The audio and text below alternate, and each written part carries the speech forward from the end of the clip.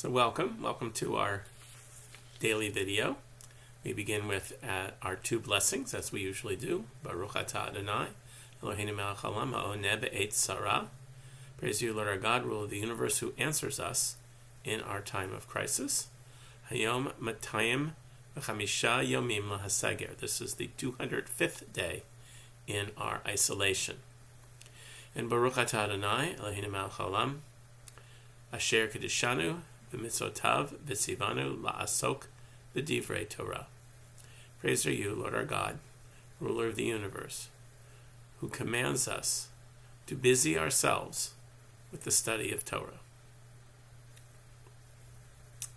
Well, in the Talmud, there's a quote by Rabbi Simlai, who teaches an important lesson that we can apply to Simchat Torah that's coming up this weekend.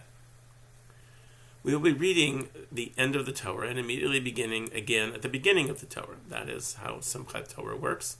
We never really end it. When we get to the end, we just go back to the beginning and start over.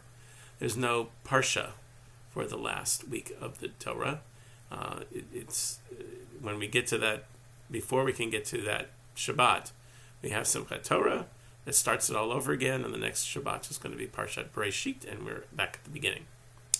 So Rabbi Simlai teaches that the Torah begins with an act of chesed, an act of kindness, and it ends with an act of chesed, an act of kindness. In the beginning, God clothes the naked. He puts clothing on Adam and Eve and makes them garments of skin. And at the end of the Torah, God buries the dead, burying Moses in a tomb that remains hidden from us, in a place that we have no idea where he did that burying. And even in the middle of the Talmud teaches, there's an act of kindness, and in that God visits the sick.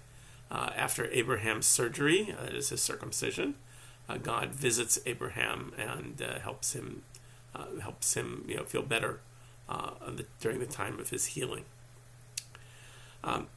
Now, so we learn from this that the essence of Torah, from its beginning to its end, the essence of what the Torah stands for, the essence is loving kindness, chesed. We can say that there are certainly things in the Torah that aren't loving kindness.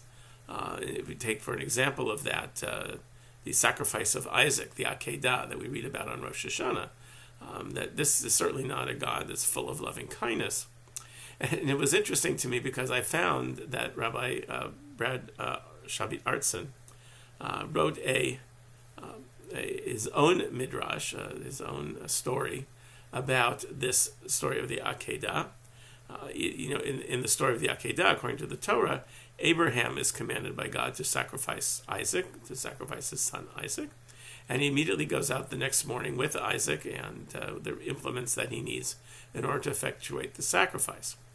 But according to the story by Rabbi Artson, the sort of story about the story in the Torah, he says that God first commanded Sarah to sacrifice Isaac, and that she should sacrifice her son. And Sarah replies to God, "Who are you?" And God is like puzzled by that. He says, "Well, I'm God. I created the heavens and earth."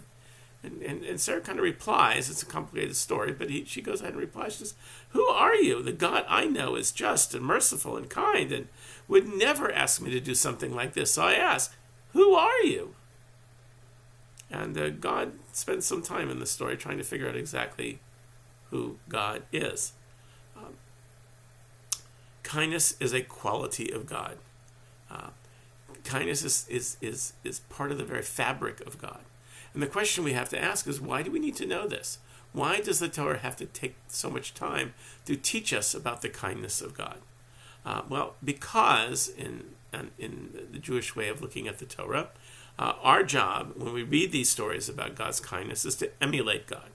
God clothes the naked, so we should go out and clothe the naked.